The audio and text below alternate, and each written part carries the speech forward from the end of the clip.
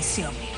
Y les comentamos que el día de hoy sesionó la Comisión de Constitución y Reglamento que preside el legislador Miguel Torres, y también, por supuesto, se vieron el análisis y la evaluación de diversos decretos legislativos emitidos por el Poder Ejecutivo ante la delegación de facultades que le otorgó el Congreso de la República y la solicitud por parte del gobierno. Definitivamente, pues, estos decretos fueron analizados por el grupo de trabajo encargado del tema que coordina la congresista Úrsula Letona. Y se han trabajado sobre 33 decretos legislativos observados y 66 que fueron aprobados, sobre diversos temas que tienen que ver con el sistema financiero, sistema de seguros, ley orgánica de la Superintendencia de Banca y Seguros, así como también la ley de contrataciones del Estado, la protección de niñas y adolescentes sin cuidados parentales o en riesgo de perderlos. Quedó también pendiente el que crea la Autoridad Nacional de Transparencia y Acceso a la Información Pública y fortalece el régimen de protección de datos personales y regulación de gestión de intereses. Enseguida vamos a ampliar esta información para transmitir en diferido pues esta sesión de lo que aconteció durante el debate del análisis de estos importantes decretos legislativos. Veamos. Con el quórum correspondiente se inicia la 10ª sesión extraordinaria de la Comisión de Constitución y Reglamento correspondiente al periodo anual, sesiones 2016-2017. Siendo una sesión extraordinaria, pasamos a la estación del orden del día. Sustentación y debate de los informes recaídos en los siguientes decretos legislativos emitidos con ocasión de la Ley 30.506, ley que delega en el Poder Ejecutivo la facultad de legislar en materia de reactivación económica, formalización, seguridad ciudadana, lucha contra la corrupción, agua y saneamiento y reorganización de Petroperú S.A., a cargo de la congresista Úrsula Letona Pereira, coordinadora del grupo de trabajo encargado del control constitucional sobre los actos normativos del Poder Ejecutivo a través de los decretos legislativos, decretos de urgencia y tratados internacionales ejecutivos. La Comisión de Constitución y Reglamento continúa efectuando el control político de los decretos legislativos publicados por el Poder Ejecutivo en razón de la delegación de facultades otorgadas por la Ley 30.506.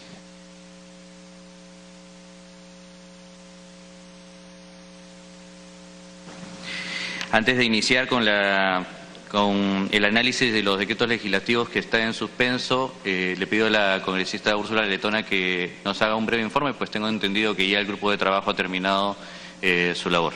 Congresista Letona. Gracias, presidente.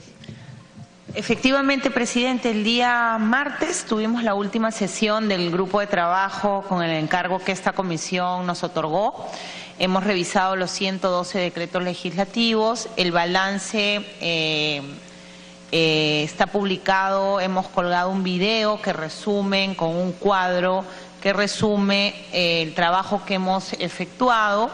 Del total de decretos legislativos, el grupo de trabajo ha concluido que uno es inconstitucional, y cuando me refiero al grupo de trabajo es los informes que se han aprobado en mayoría, porque también hay algunos casos de algunos decretos legislativos que en minoría esta coordinación recomendó la derogatoria, pero en la votación hemos sido minoría, por lo que también estamos poniendo ese detalle en el análisis. Son 33 decretos legislativos observados y 66 decretos legislativos aprobados.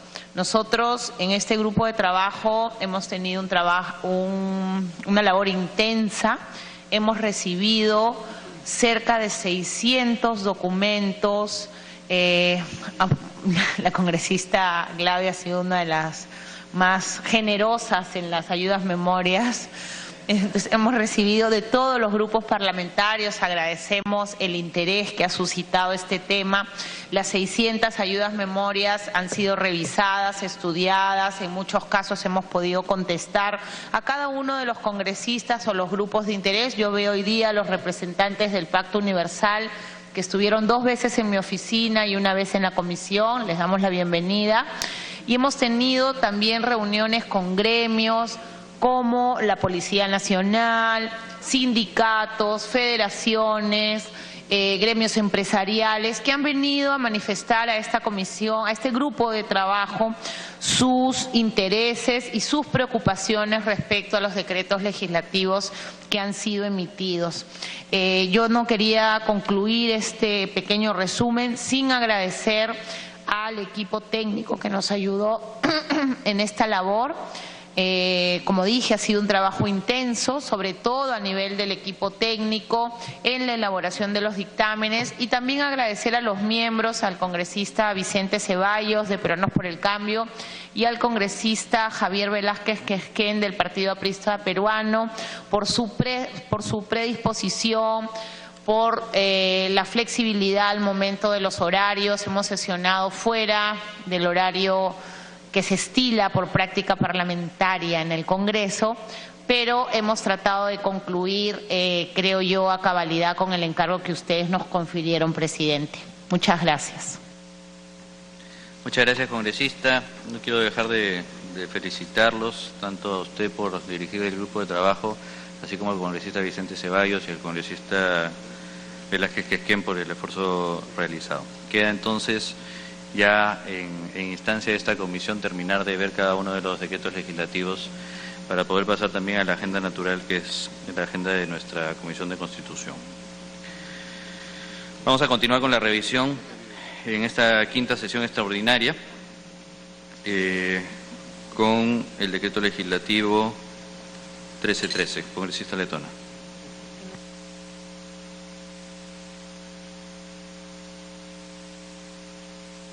Decreto legislativo 1313.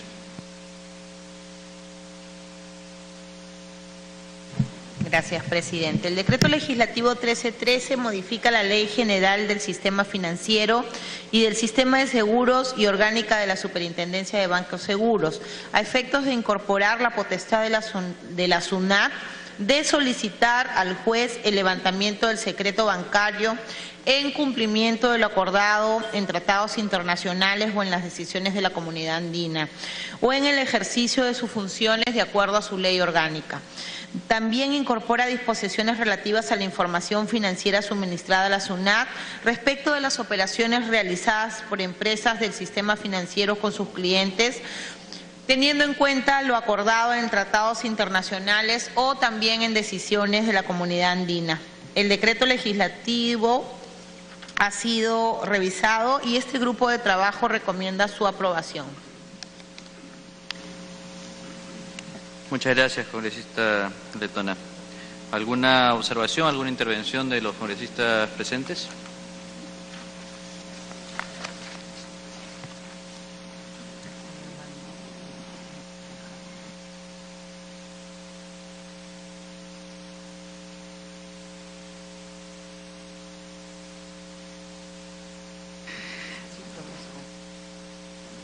Teniendo en cuenta el informe aprobado por unanimidad, señala que el decreto legislativo 1313 cumple con lo establecido en el artículo 104 de la Constitución Política y el artículo 90 del Reglamento del Congreso de la República, al no contravenir la normatividad constitucional y que se enmarque en las facultades otorgadas en la Ley 30.506.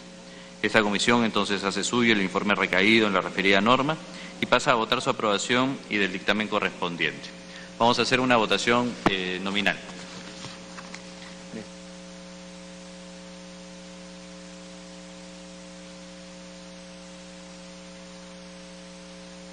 No obstante que habíamos pasado a votación, por excepción, congresista Lescano. Gracias, presidente. Buenos días.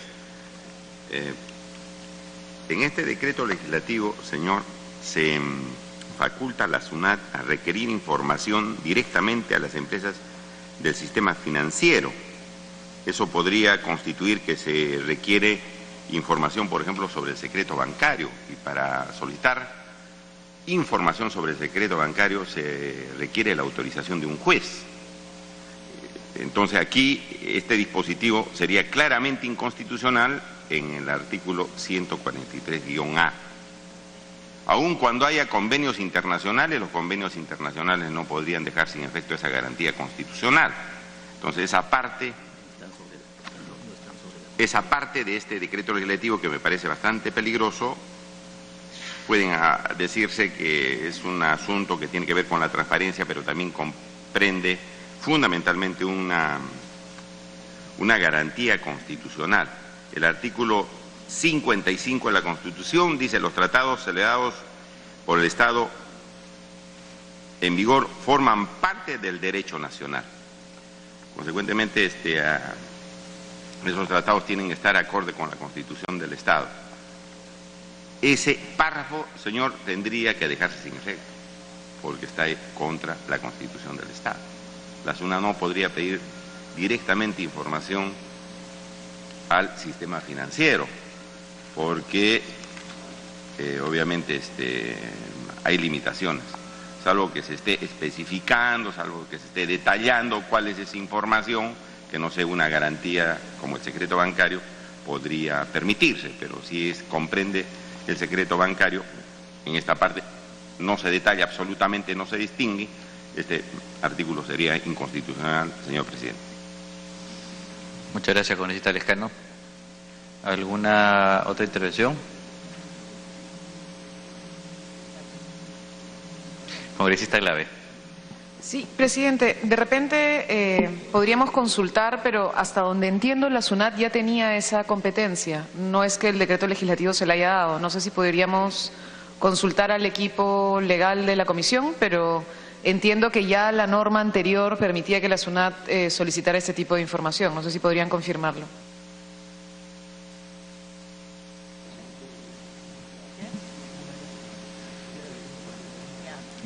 Congresista Letona. Bueno, presidente, en primer lugar es este tema, y si leemos el 143 con detenimiento, la norma dice claramente que siempre va a ser a través de un juez. El precepto constitucional está ahí. La Superintendencia de Banca y Seguros y la SUNAT pueden ejercer este derecho porque aquí se está sustentando en la lucha contra la corrupción. Se ha evidenciado que en el tema del lavado de activos, si leemos la exposición de motivos, las empresas que utilizan precios de transferencia o empresas vinculadas lavan dinero al sustentarse justamente en la imposibilidad de la SUNAT de pedir a un juez el levantamiento del secreto bancario. Y ahí es donde la comunidad andina ha sugerido a los países miembros que a efectos de poder luchar contra el lavado de activos y estas empresas que utilizando vinculadas fuera del país evaden, es que necesitamos que la SUNAT siempre, a través de un juez, solicite el levantamiento del secreto bancario cuando estas empresas transacciones resulten siendo sospechosas. No hay nada de irregular, tanto la Superintendencia como la SUNAT tienen autonomía y se ha constreñido esta disposición a las atribuciones de la SUNAT en lo que se refiere a la lucha contra la evasión. Gracias. Congresista Violeta. Sí, solo para hacer una pequeña, gracias presidente, solo para hacer una pequeña precisión. En realidad la virtud, digamos, de este decreto es que se está regulando de manera específica el procedimiento para el alcance de la información.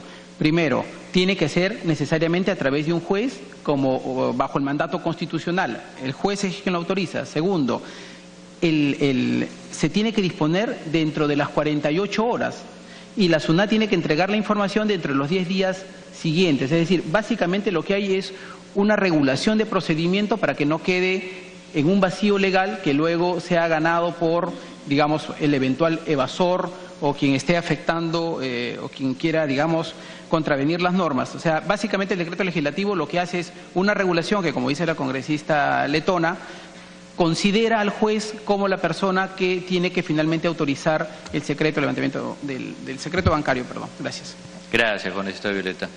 ¿Alguna precisión, congresista Lescano? Sí, presidente. Fíjese, en este decreto legislativo, incluso en el artículo 143, establece que el secreto bancario se pide con autorización del juez, puede conocer la SUNAT con autorización del juez, pero se rompe esa regla a continuación. Y cuando se trata de montos, en el artículo 143A dice que directamente la SUNAT puede pedir esa información. Cuando la Constitución no hace distinción para qué información bancaria se puede romper la garantía de levantamiento de secreto bancario con autorización del juez.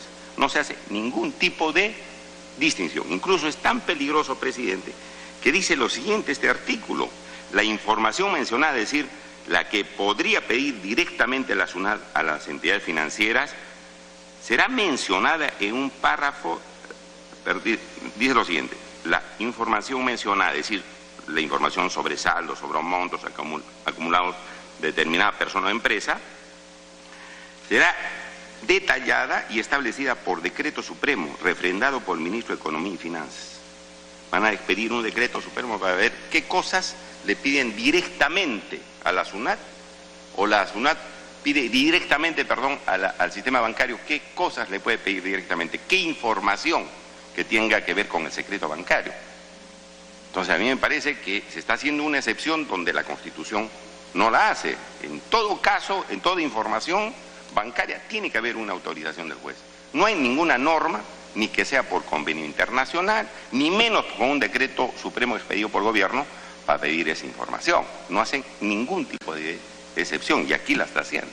Entonces a mí me parece peligroso, porque no sabemos qué pondrán en ese decreto supremo, señor presidente. Estamos dando cheque en blanco para que pongan esa información.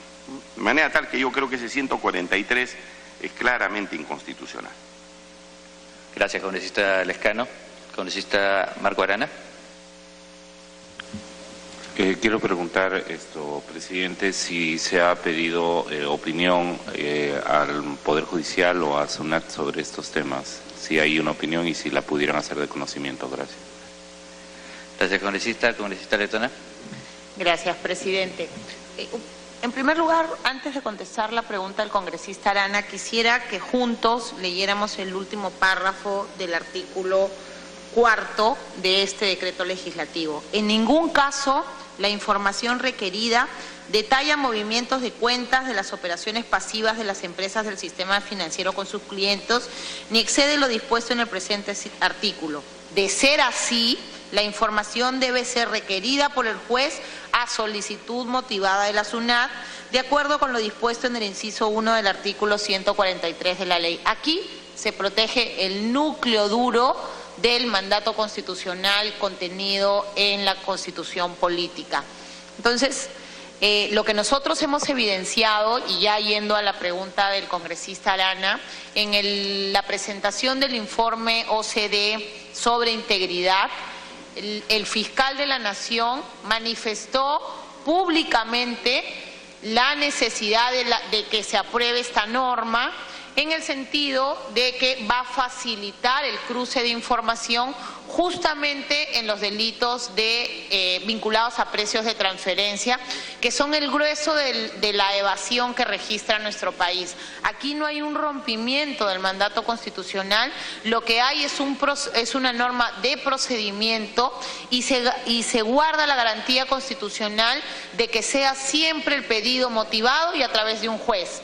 Si de verdad hay la intención de luchar contra los precios sobre la evasión que motiva los precios de transferencias entre empresas vinculadas, esta recomendación OCDE, que ya se encuentra contenida en disposiciones de la Comunidad Andina, ha demostrado ser un mecanismo eficaz, por lo que el grupo de trabajo está recomendando su aprobación.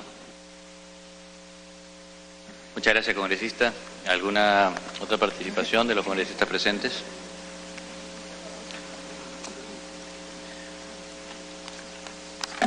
Muy bien. Teniendo en cuenta que el informe aprobado por unanimidad señala que el decreto legislativo 1313 cumple con lo establecido en el artículo 104 de la Constitución Política y el artículo 90 del Reglamento del Congreso de la República, al no contravenir la normatividad constitucional y que se enmarca en las facultades otorgadas en la Ley 30.506, esta comisión hace suyo el informe recaído en la referida norma, pasa a votar su aprobación y del dictamen correspondiente. Vamos a hacer una votación nominal. Congresista Glave. A favor. Congresista Ceballos. A favor. Congresista Violeta. A favor. Congresista Figueroa. A favor. Congresista Castro. A favor. ¿Perdón? A favor. Ok, gracias. Congresista Trujillo. A favor. Congresista Letona. A favor. Congresista Cancio. A favor. Congresista Donaire. A favor. Congresista Salazar. A favor. Congresista Bartra. A favor. Congresista Vergara. Se le da la bienvenida. A favor. Congresista Lescano. Contra, presidente, en contra. Congresista Lapa. Abstención. Congresista Arana. Abstención, presidente. Conste la votación a favor de la presidencia.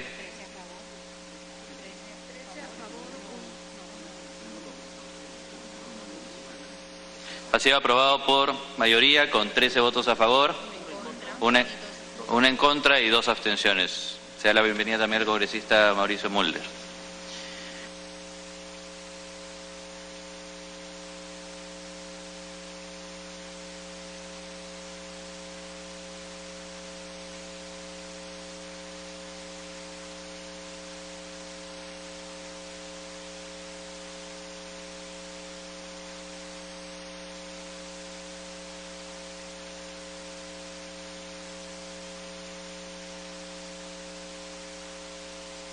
Decreto Legislativo 1341, decreto legislativo que modifica la Ley 30.225, Ley de Contrataciones con el Estado. Congresista Úrsula Letona, pase a sustentar, por favor, el informe del grupo de trabajo aprobado por mayoría.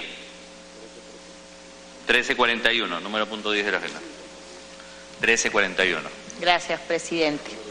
El decreto legislativo 1341 modifica la ley 3225, Ley de Contrataciones del Estado. El informe mayoría que hemos aprobado señala la necesidad de modificar el artículo 5, literal G, el artículo 11.1, literal A y C, el artículo 45.1, de acuerdo al detalle que voy a mencionar. Modificación sobre el artículo 5, literal G.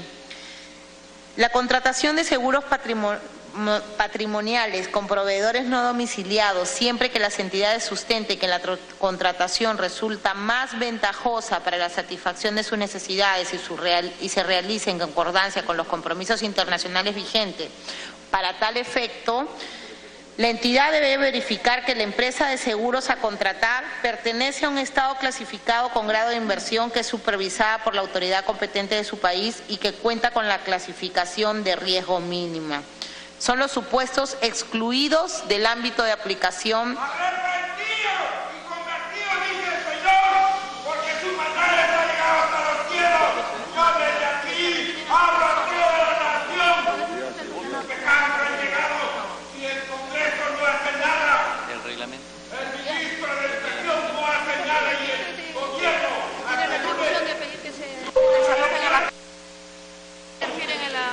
Presidente, ¿podemos retirar el terremoto? A ver, se pide por favor desalojar a las personas de las graderías. Hasta este momento las sesiones de la Comisión de Constitución se han llevado con respeto y la tranquilidad correspondiente.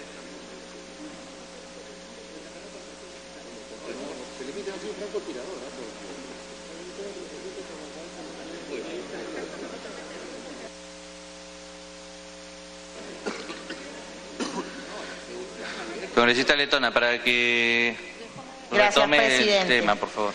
Como vemos, esta disposición incorpora la posibilidad de contratar seguros directamente en el exterior, exceptuándose dicha contratación de los requisitos establecidos en la Ley de Contrataciones.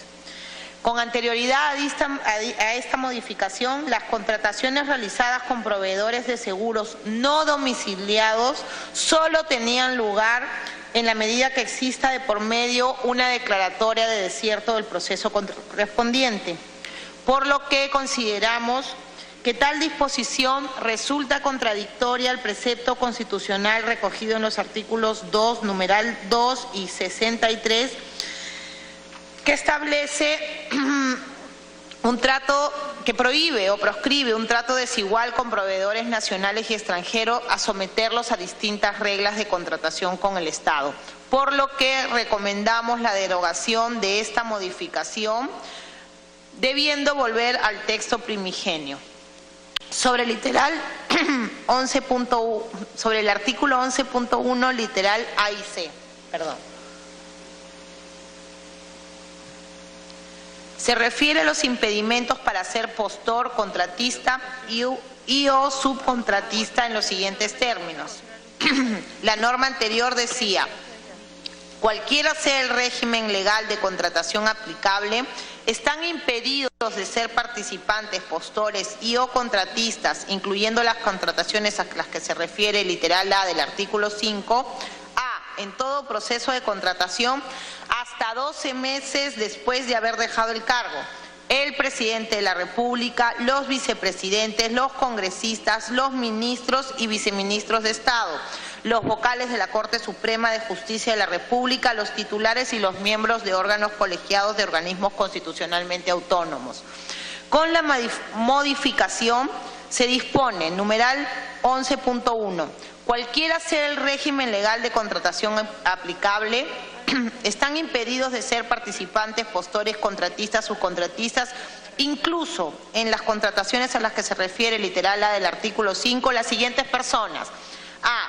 En todo proceso de contratación hasta 12 meses después de haber dejado el cargo, el presidente de la República, los vicepresidentes, los congresistas, los vocales de la Corte Suprema de Justicia, los titulares y miembros del órgano colegiado. La modificación está en el literal C, que dispone: durante el ejercicio del cargo, los viceministros, ministros y en el ámbito de su sector, solo 12 meses después de haber dejado el cargo. Como vemos, la disposición legal antes referida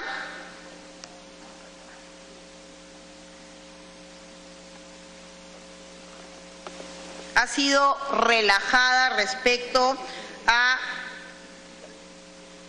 los viceministros y ministros en el ámbito de su sector. En la exposición de motivos de este decreto legislativo no hemos encontrado un sustento que justifique objetivamente el trato preferente que se les otorga a los ministros y viceministros respecto de esta prohibición en el ámbito de su sector. Esta situación evidencia que no se estaría cumpliendo con lo dispuesto en el artículo 2, inciso 2 de nuestra Constitución, que señala que toda persona tiene derecho a la igualdad ante la ley, nadie puede ser discriminado por motivo de origen, raza, sexo, idioma, religión, opinión o por motivo de cualquier otra índole. Por lo que estamos proponiendo derogar el literal C y a modo referencial modificar el literal A conforme el texto modificatorio que ustedes tienen. Finalmente, sobre la modificación del artículo 45.1. La modificación señala que las controversias que surjan entre las partes sobre la ejecución, interpretación, resolución, inexistencia, ineficacia, invalidez del contrato se resuelven mediante conciliación o arbitraje institucional, sujeto al acuerdo de las partes. En el reglamento de dicho decreto legislativo se definirán los supuestos excepcionales para recurrir al arbitraje ad hoc. Señores congresistas, por favor, mantengan el orden y el silencio correspondiente. Las controversias sobre la nulidad del contrato solo pueden ser sometidas a arbitrajes. Advertimos que tal modificación constituiría una injerencia a la libertad contractual que asiste a las partes, en virtud del artículo 62, numeral 3 de la Constitución, en la medida que el decreto legislativo impone a las partes una modalidad de arbitraje que debe adoptarse respecto de una controversia. Siendo ello así, recomendamos derogar el extremo de la modificación del artículo 45, numeral 1, que hace referencia a la necesidad de adoptar y optar por el arbitraje institucional, correspondiendo la redacción original antes de la entrada en vigencia del decreto legislativo 1341. Gracias, presidente. Muchas gracias, congresista. Damos la bienvenida a la congresista Marisol Espinosa. ¿Alguna intervención de los señores congresistas? Congresista Ceballos. Gracias, presidente. Buen día a todos. Sí, presidente, para ratificar nuestros argumentos expresados en su momento en el Grupo de Control Político. En principio estamos en desacuerdo con las observaciones planteadas por la presidenta del Grupo de Trabajo y vamos a precisarlas por qué. Respecto al artículo 5 y literal G, yo quiero hacer una cita textual del marco constitucional. Dice el artículo 76, La contratación de servicios y proyectos cuya importancia y cuyo monto señala la ley de presupuesto se hace por concurso público. La ley establece el procedimiento, las excepciones y las respectivas responsabilidades. O sea, la propia Constitución deja una ventana abierta de plantear un mecanismo de excepcionalidad, como está proponiéndolo la norma. Lo segundo, presidente, el marco regulatorio que está en discusión en ninguna circunstancia prohíbe contratar este tipo de servicios a empresas nacionales, en absoluto. Lo tercero, presidente, tenemos que leer con mucho cuidado lo propuesto en este decreto legislativo, y voy a citar nuevamente de manera textual. Las contrataciones de seguros patrimoniales con proveedores no domiciliados, siempre que las entidades sustenten que la contratación resulta más ventajosa. Es decir, si la entidad contratante, la entidad pública, me refiero, no sustenta debidamente las ventajas comparativas por el que se propone a través de la suscripción de un contrato de servicios con una empresa de carácter internacional, definitivamente no prospera. Lo tercero, presidente, la realidad en nuestro país es bastante crítica y dura. O sea, no hay mucha transparencia, no se proponen en oportunidad las ofertas, hay ciertas debilidades de orden técnico y de orden económico, y por eso se hace más que necesario y perentorio plantear este mecanismo de excepcionalidad. Y la otra observación que estamos haciendo, presidente, es respecto al arbitraje institucional. Está en el artículo 45.1, ¿no? Controversias.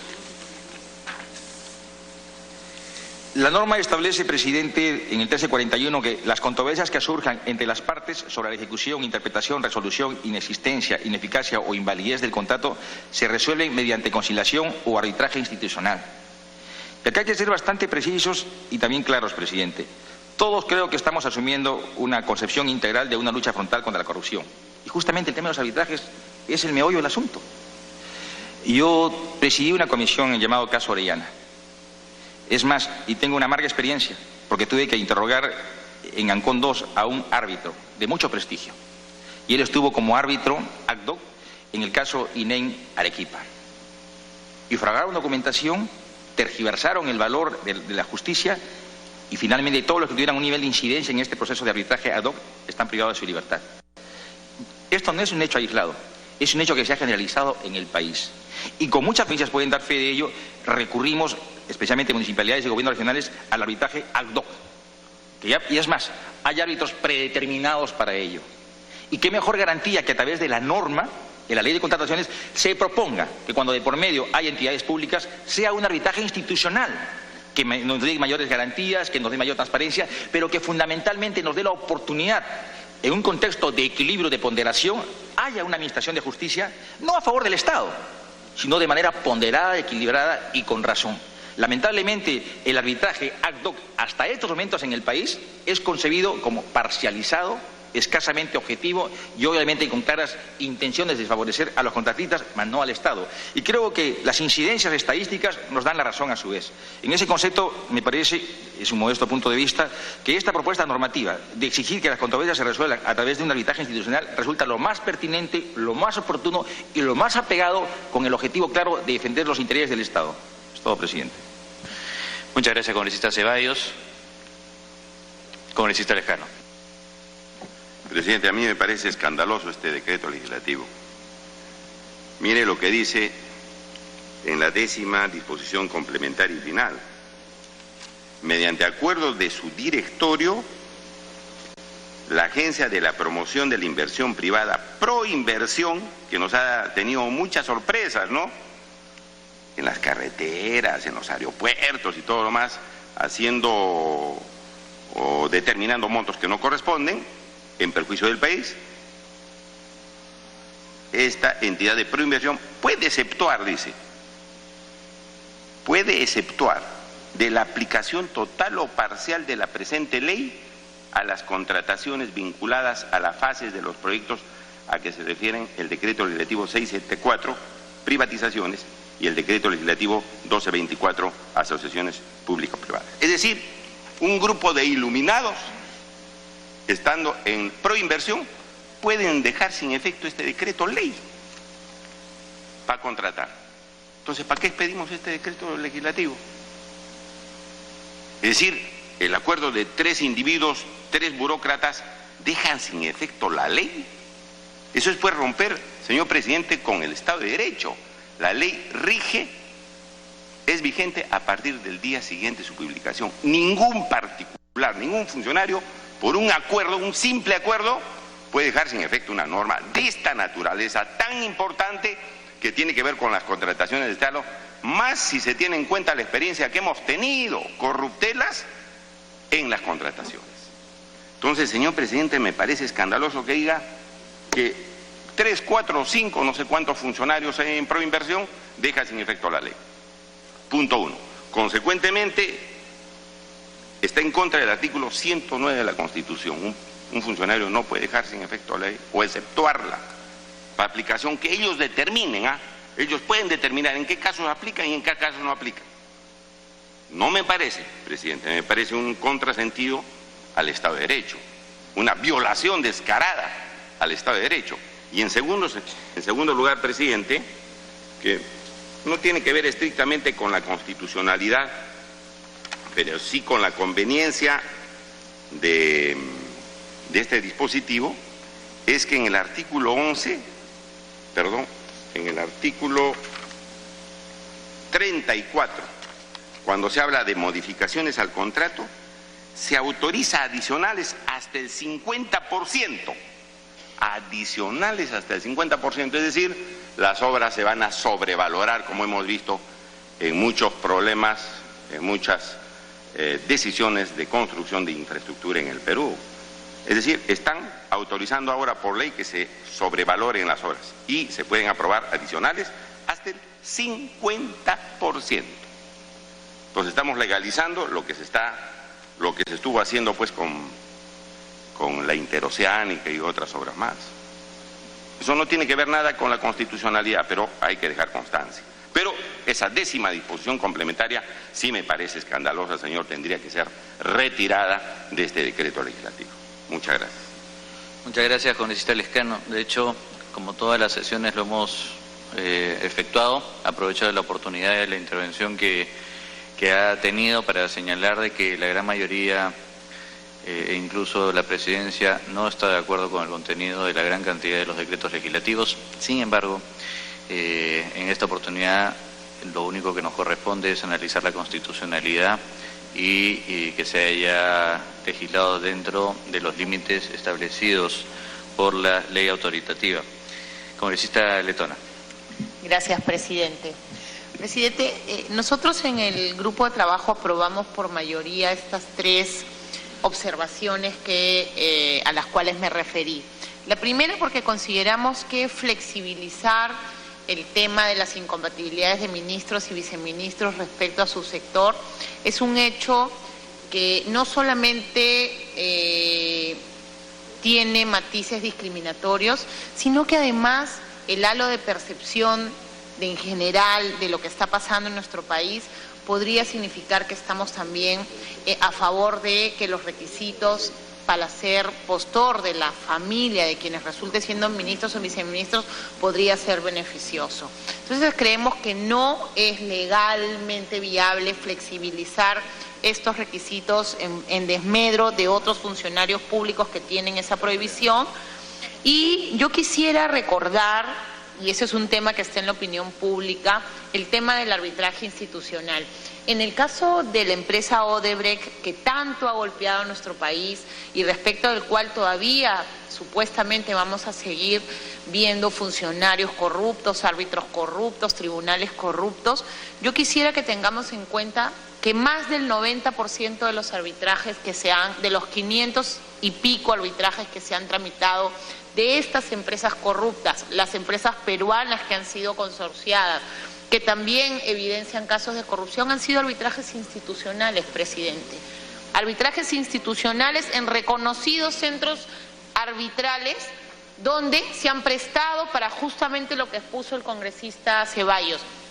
La cutra, el acuerdo, la malversación de fondos, la ilegalidad. Entonces decir que porque es un arbitraje institucional se va a evitar la corrupción, falso.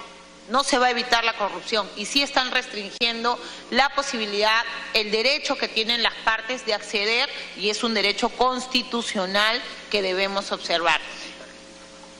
De hecho, los arbitrajes, justo el congresista Castro me hace mención, los arbitrajes internacionales se tramitan o en CIADI o a través de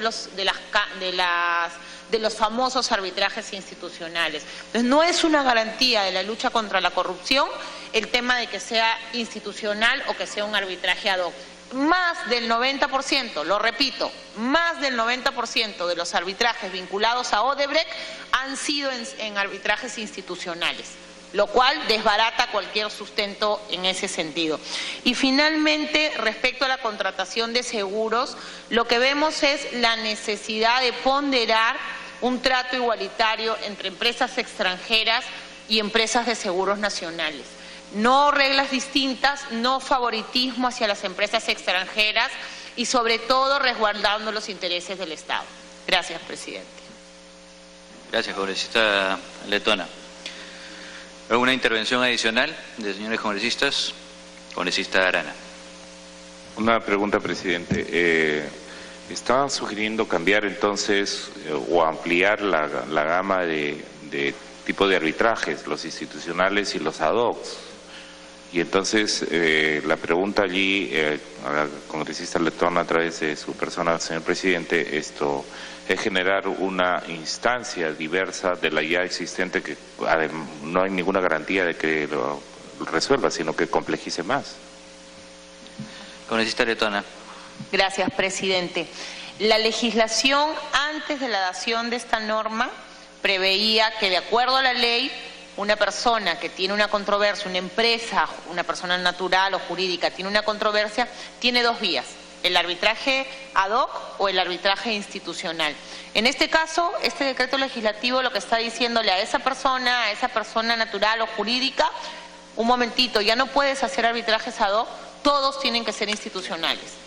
Lo que está restringiendo la libertad de estas personas de elegir el tipo de arbitraje aplicable a su controversia.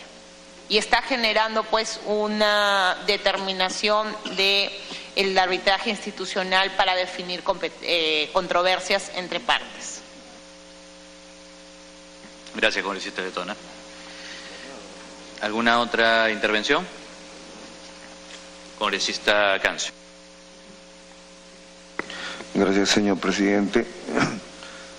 A mí me preocupa una cuestión que creo que es importante, ¿no? En el artículo 28, en la ley, estaba el tema de las consultas y observaciones a las bases.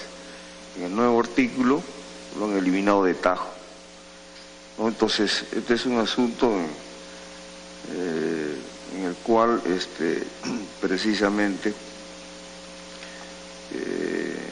se podía presentar con la ley anterior, ¿no?, consultas y observaciones al contenido de las bases, y a través de estas consultas se formulaban pedidos de aclaración de las disposiciones de las bases, y mediante las observaciones se cuestionan las mismas en lo relativo al incumplimiento de las condiciones mínimas o de cualquier disposición en materia de contrataciones del Estado.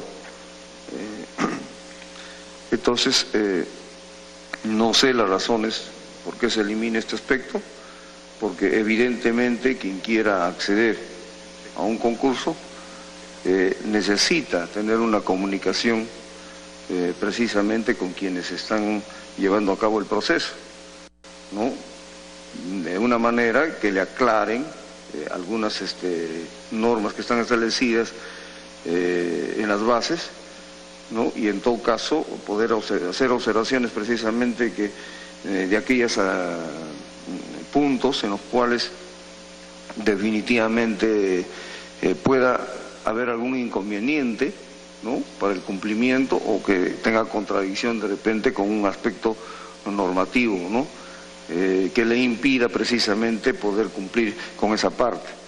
Entonces, eso es lo que me preocupa, señor presidente, y quería hacer esa observación. No sé si hay algún criterio al respecto. Muchísimas gracias.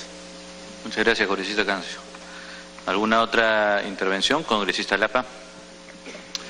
Sí, presidente. Muchas gracias. Solamente para precisar, con respecto al disposición complementaria de esta norma, ¿no?, como señalaba al colega Lescano, en la práctica, en la vida real, si nosotros damos si esta norma va en este sentido con la exoneración del presente ley total o parcial, en la vida práctica realmente esto va a ser una cosa terrible. Le digo una situación, supongamos en la ley contrataciones hay una exoneración por trabajo personalísimo. Y muchas veces las instituciones públicas amparaban esa norma y contrataban a profesionales, empresas, en ese sentido. Entonces, es parecido, esta situación también va en esa línea que aplicación de esta norma, la proinversión va a determinar la no aplicación del presente ley. Entonces, en ese sentido, no pongo en consideración de que creo que sería esta parte de repente excluido de la presente ley, Lógicamente no veo, como ha señalado la doctora Letona, creo que no es inconstitucional, pero darle esta apertura en este presente ley va a ocasionar muchos problemas. Muchas gracias, congresista Lapa. ¿Alguna otra intervención? Presidente. Congresista Donaire. Sí, señores congresistas, creo que tenemos que apoyar el informe del grupo de trabajo. Hay 3 claros supuestos de inconstitucionalidad que no podemos dejarlos de lado. Estamos en un momento en el que el país está tratando de limpiarse de los actos de corrupción que hemos heredado de gobiernos anteriores. Yo creo que es la oportunidad de demostrar que también nosotros estamos en ese camino. Y no podemos dar tratos preferenciales cuando hay normativas constitucionales que lo prohíben, como es el caso del artículo 103 de la Constitución, que no pueden expedirse leyes especiales. No se puede hacer diferencia entre las personas, como se está haciendo en el caso del artículo 5 literal G del decreto legislativo. En los otros supuestos también estamos incurriendo en inconstitucionalidades, tal como lo ha sustentado el grupo de trabajo. Por lo cual yo les pediría la reflexión correspondiente y que aprobemos por unanimidad este informe. Gracias. Muchas gracias, congresista Donaire. ¿Alguna otra? ¿Congresista Castro? ¿Alguna otra consideración? ¿Otra intervención, perdón? Muy bien. Entonces, de igual forma que el grupo de trabajo, la Comisión de Constitución y Reglamento observa que el literal G del numeral 5.1 del artículo 5 excluye del ámbito del organismo supervisor de las contrataciones del Estado la contratación de seguros patrimoniales con proveedores no domiciliados. Cabe mencionar que la Ley 30.225, antes de las modificatorias propuestas por el decreto legislativo, establecía en el tercer párrafo del artículo 29 que luego de declarar desierto un procedimiento de selección de un seguro patrimonial, recién la entidad puede utilizar excepciones a la ley de contrataciones. El decreto legislativo propone que directamente se realice la contratación de seguros con proveedores no domiciliados, vulnerando el principio de no discriminación establecido en el artículo 2, inciso 2 de la Constitución entre proveedores locales y extranjeros. Asimismo, dicha norma colisiona con el artículo 63 de la Constitución, que dispone que la inversión nacional y la extranjera se sujetan a las mismas condiciones, por tanto debe derogarse y restituir la vigencia del tercer párrafo del artículo 29 de la Ley 30.225, Ley de Contrataciones del Estado. Por otro lado, los literales A y C del numeral 11.1 del artículo 11 establecen que están impedidos de ser participantes, postores, contratistas y o subcontratistas durante el ejercicio del cargo los ministros y viceministros y en el ámbito de su sector hasta 12 meses después de haber dejado el cargo, mientras que las demás autoridades, literal A, tienen prohibición amplia. Esta diferenciación violenta el principio de igualdad establecido en el artículo 2, inciso 2 de la Constitución Política. Es claro que el decreto legislativo flexibiliza la norma anterior al establecer que los ministros y viceministros gozarán de tal impedimento únicamente en lo que respecta a su sector. No obstante, la restricción para cualquier sector se mantiene para los demás funcionarios públicos como vocales, congresistas, miembros del órgano colegiado de organismos constitucionalmente autónomos. En consecuencia, corresponde derogar el literal C del numeral 11.1 del artículo 11 y modificar el inciso A de manera que pueda salvarse la constitucionalidad de la norma. Finalmente, El numeral 45.1 del artículo 45 del decreto legislativo establece que las controversias que surjan entre las partes sobre la ejecución, interpretación, resolución, inexistencia, ineficacia o invalidez del contrato se resuelven mediante conciliación o arbitraje institucional, según el acuerdo de las partes, y que el reglamento define los supuestos excepcionales para recurrir al arbitraje ad hoc. Las controversias sobre la nulidad del contrato solo pueden ser sometidas a arbitraje. Debemos precisar que la referida modificación constituye una injerencia sobre la libertad contractual del contratista en atención al artículo 62 de la Constitución Política del Perú, al imponer que la solución de controversias se define mediante una modalidad de arbitraje, de manera que el numeral 45.1 del artículo 45 del decreto legislativo vulnera la libertad de contratar entre las partes, debiendo derogarse dicha disposición y restituirse la vigencia del numeral según la Ley 30.225. Teniendo en cuenta eso, la fórmula legal sería la siguiente. Artículo 1. Modificación del artículo 11, numeral 11.1, literal A del decreto legislativo 1341 que modifica la Ley 30.225, Ley de Contrataciones del Estado. Modifíquese el artículo 11, numeral 11.1, literal A del decreto legislativo 1341 que modifica la Ley 30.225, Ley de Contrataciones del Estado en los términos siguientes. Artículo 11. Impedimentos. Cualquiera sea el régimen legal de contratación aplicable, están impedidos de ser participantes, postores, contratistas y o subcontratistas, incluso en las contrataciones en que se refiere el literal A del artículo 5 de la presente ley, las siguientes personas. A.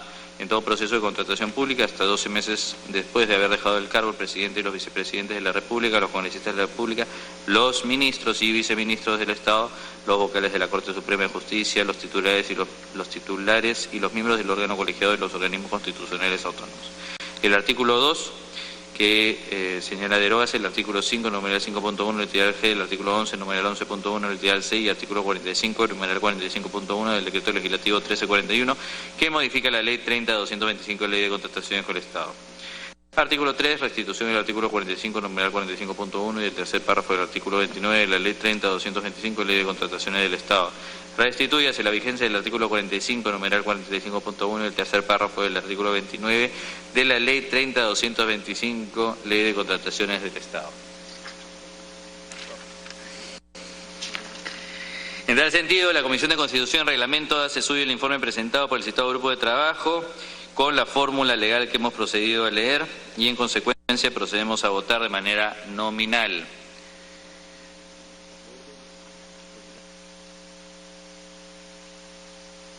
Congresista Glave.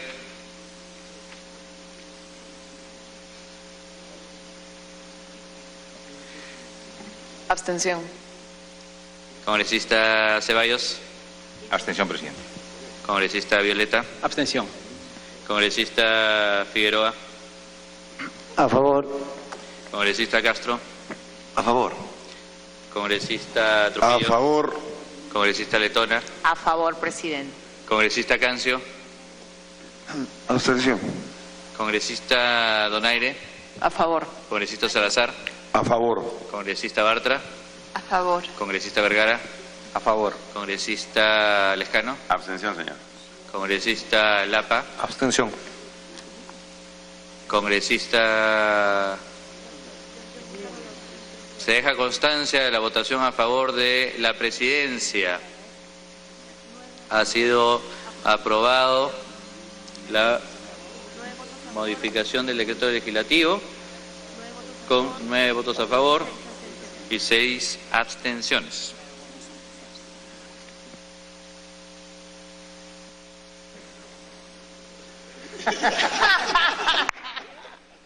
Pero ya tu batalla está perdida. Ya, señores congresistas, volvamos a las formas correspondientes. Vamos a revisar el decreto legislativo 1353, punto número 9 de la agenda. Decreto legislativo 1353 que crea la Autoridad Nacional de Transparencia y Acceso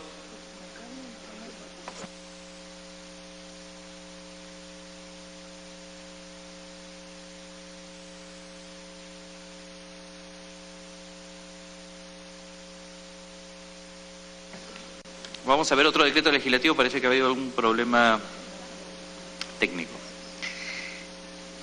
Vamos a revisar el decreto legislativo 1297.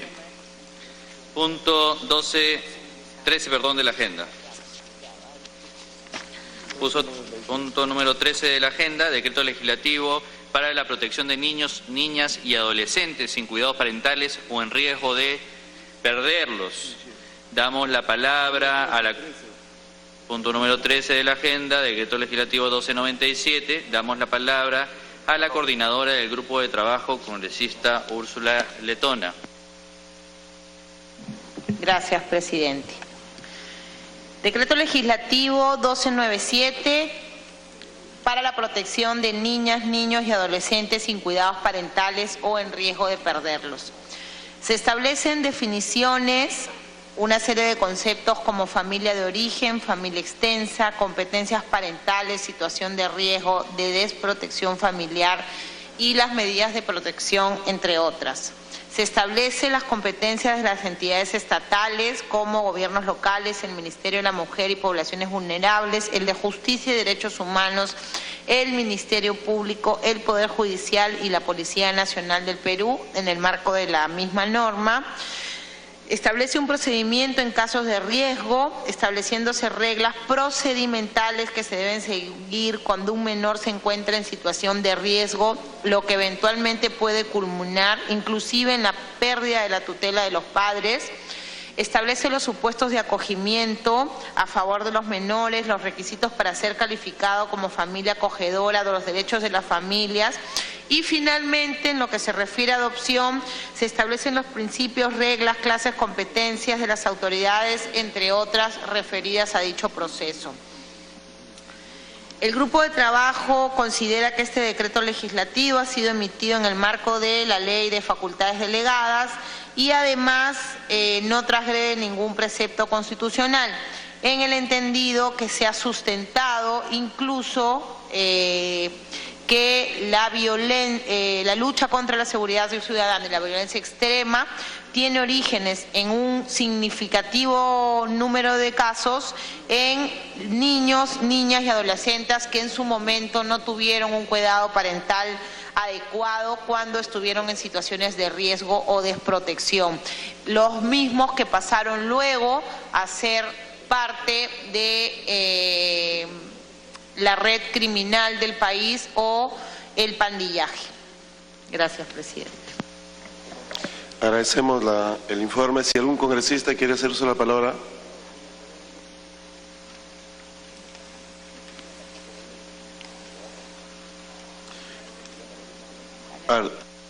¿Tienes la palabra? Sí, muy buenos días con todos los congresistas. Yo quisiera emitir algunas opiniones al respecto de este decreto legislativo y entiendo que el propósito es brindar medidas de protección a los niños, niñas y adolescentes sin cuidados parentales o en riesgos de perderla. Y cuando hablamos de niños que están sin cuidados parentales, tenemos una gama de situación de niños que pueden estar, por ejemplo, en situación de calle o chicos en situación de mendicidad o aquellos que ya están en grupos incluso que delinquen, ¿verdad? Y entonces me parece que las facultades legislativas en materia de infancia no han sido las otorgadas, sino más bien se sujeta a la facultad de seguridad ciudadana.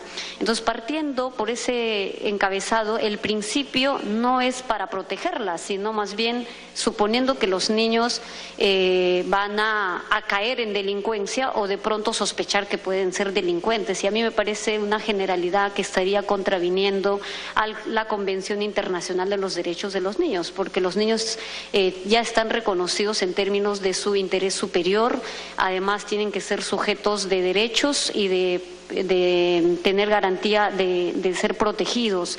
Yo tengo algunas preguntas al respecto, sé que son temas un tanto de fondo, pero a mí sí me preocupa, y es que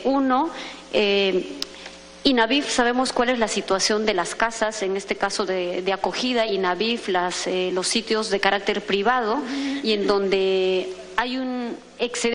En este caso de acogida, INAVIF, los sitios de carácter privado, y en donde hay un excedente, diríamos, de niños que cuando son ingresados a INAVIF cumplen los 18 años y luego no sabemos cuál va a ser el futuro de ellos. Y suponiendo que son adolescentes en situación de calle, mi pregunta es si es que van a INAVIF tendrán la posibilidad de ser adoptados. Las familias que quieran adoptar van a tener la posibilidad de adoptarlos, valga la redundancia, sabiendo que son niños en situación de calle o recogidos de esa realidad. Y lo otro, entiendo que la familia y con el interés de que la familia sea el primer recurso a la que hay que acudir para reinsertar a los niños, para que las familias atiendan y sea el espacio en donde reciban protección, hay que decir que también dentro de las familias se cometen abusos contra los niños y justamente salen porque no encuentran afecto, no encuentran atención y los cuidados necesarios dentro de su propia familia. Así que a mí me parece que cuando hablamos de familia también hay que reconocer que dentro de la propia familia se vulneran los derechos de los niños. Entonces hay que tener como esos límites, ¿no?, de saber si reinsertarlos dentro de la familia es mejor o no, dentro de INAVIF sí o no. Hoy por hoy los niños en las casas de INAVIF están llenas, ya no hay cabida para más niños. Por ejemplo, en el caso de Ayacucho encontramos varios niños que quieren refugio, que quieren una casa, pero INAVIF no tiene la capacidad para atender a más niños porque no tienen el equipamiento, no tienen el personal, mucho menos el financiamiento para atender este tipo de necesidades. Existe en el país este programa Yachay. Entiendo que el Ministerio de la Mujer estaba evaluando, ¿no?, del impacto, los resultados del programa Yachay, que tiene que ver con los niños que trabajan y su recuperación. Y lo que yo he visto concretamente con este programa Yachay es que los niños son captados en lugares donde están trabajando, los llevan a la casa o al espacio en donde funciona Yachay y les entregan un par de juguetes para distraerse y luego no encuentran más. O sea, ahí tiene que haber un balance de verdad autocrítico, porque luego el niño está preocupado, oye, pero tengo que llevar algo que comer a mi casa, tengo que comprarme mis útiles y de pronto me distraen jugando. Nadie está en contra en que los niños jueguen, pero el programa Yachay no ha resuelto el gran problema de atención integral y de protección que sí necesitan los niños. Yo quería transmitir esta preocupación en relación a este decreto legislativo y bueno, ¿cuál sería? El decreto no dice acerca de cómo se va a implementar este plan de trabajo diferenciado por cada niño, niña y adolescente y si va a ser viable o no en los múltiples casos que podríamos suponer cuando se habla de niños en riesgo o sin cuidados parentales o en riesgos de perderla.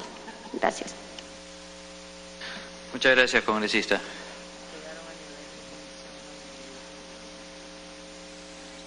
¿Alguna otra intervención de parte de la señora congresista Letona? Gracias, presidente.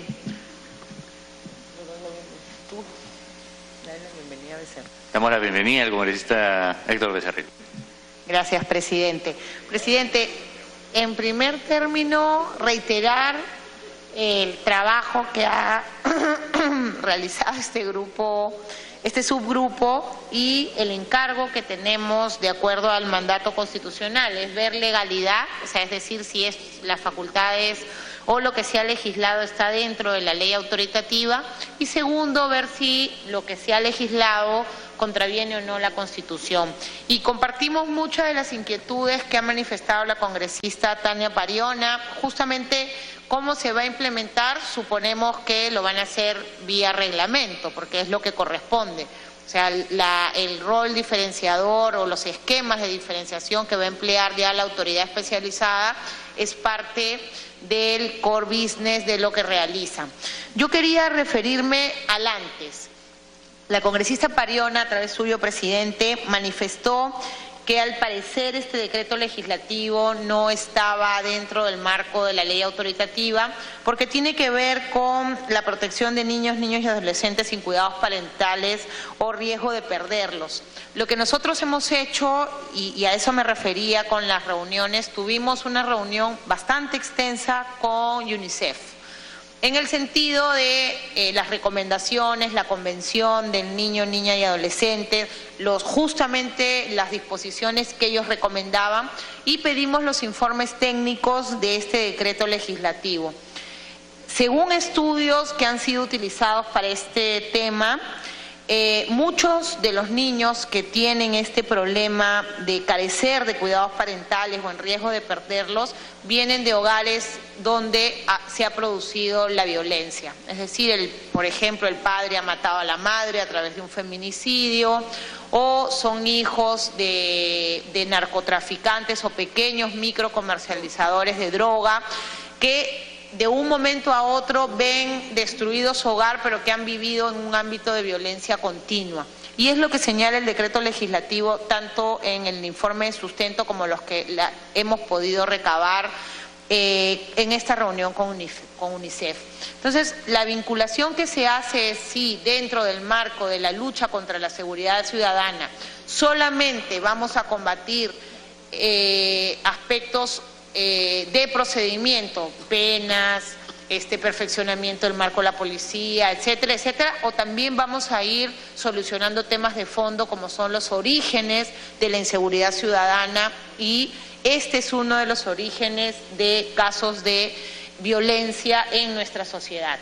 Es lo mismo que podamos también enfocar el tema de una nueva currícula educativa que incluya valores de solidaridad, respeto, empatía por lo ajeno, para evitar chicos que después puedan caer en temas de robo o adicción.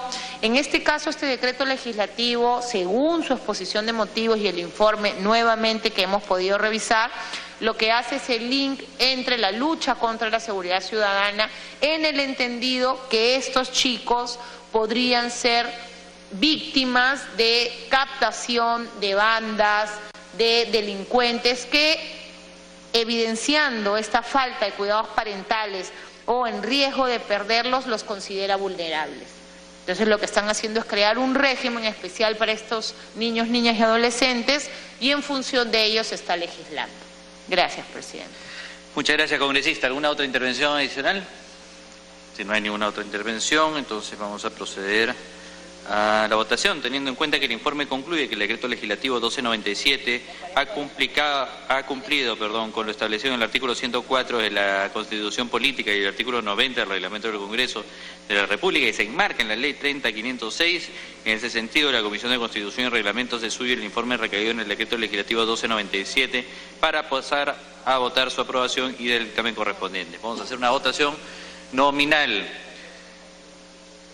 Congresista Glave. Votación nominal, ya estamos en votación. Presidente, que quede claro que las observaciones que ha hecho la congresista Pariona las comparto plenamente, pero entiendo que estamos hoy día haciendo básicamente control constitucional y está dentro de la norma que se ha delegado, y creo que podríamos intentar hacer alguna norma para corregir algunos de los errores a posterior, así que entiendo que en este caso habría que votar a favor. Correcto, voto a favor. Entonces, congresista Ceballos. A favor. A favor. Congresista Violeta. A favor. Congresista Figueroa. A favor. Congresista Castro. A favor. Congresista Trujillo. A favor. Congresista Letona. A favor. Congresista Cancio.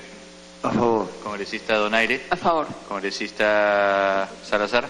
A favor. Congresista Bartra. A favor. Congresista Becerril. A favor. Congresista Lescano. A favor, presidente. Congresista Lapa. A favor. Se deja constancia de la votación a favor de la presidencia. Ha sido aprobado por unanimidad. Ha sido aprobado por unanimidad con 15 votos. Coincido con el congresista Pariona en el sentido de que es un tema sumamente interesante, sumamente importante, y que más allá de que todos estemos de acuerdo en la constitucionalidad y que esté dentro del marco de la delegación de facultades, sería interesante que nos aboquemos al tema para poder legislar al respecto. Vamos a ver el siguiente decreto legislativo.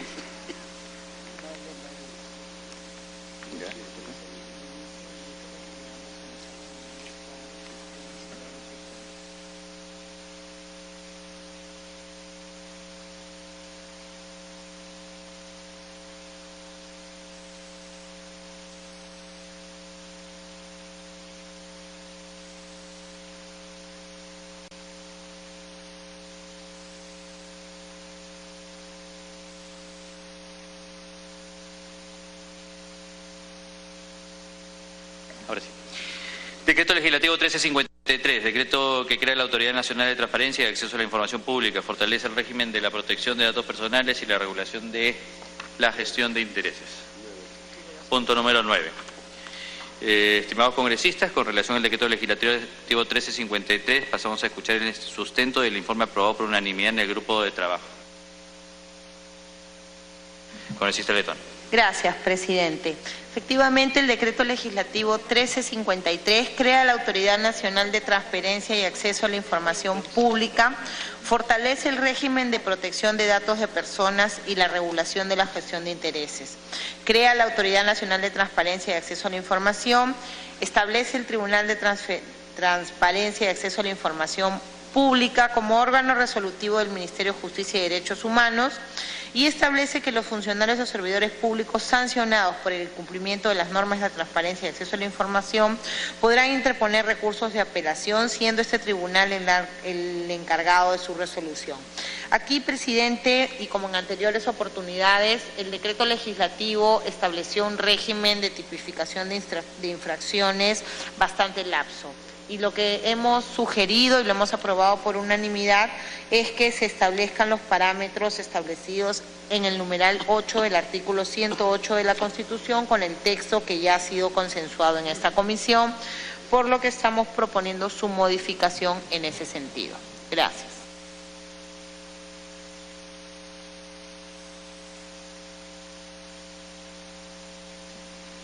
Muchas gracias, congresista Letona. Congresista Clave. Sí, presidente, acá tenemos un problema de fondo y es que el debate que tuvimos y que tenemos es que se supone que la Autoridad de Transparencia debía servir para la lucha contra la corrupción. Y lamento sinceramente que el Ejecutivo, habiendo recibido las competencias para realmente crear una autoridad de transparencia que permitiera y sirviera a la ciudadanía para acceder a información, haya presentado esto, señor presidente. Esto que han presentado, para empezar, no tiene autonomía, así que autoridad de transparencia no es. Es una oficina de segundo rango dentro de un ministerio y no tiene autonomía como formalmente incluso se pidió en los distintos pactos sobre temas de transparencia. En segundo lugar, ni siquiera está otorgando ningún tipo de diente de capacidad de sanción, de acción, cuando las autoridades no entregan información. ¿Qué ocurre? Uno de los problemas más grandes que tenemos, porque ya tenemos una ley de transparencia, es que el ciudadano, las personas que fiscalizan, los congresistas, los regidores, solicitan información.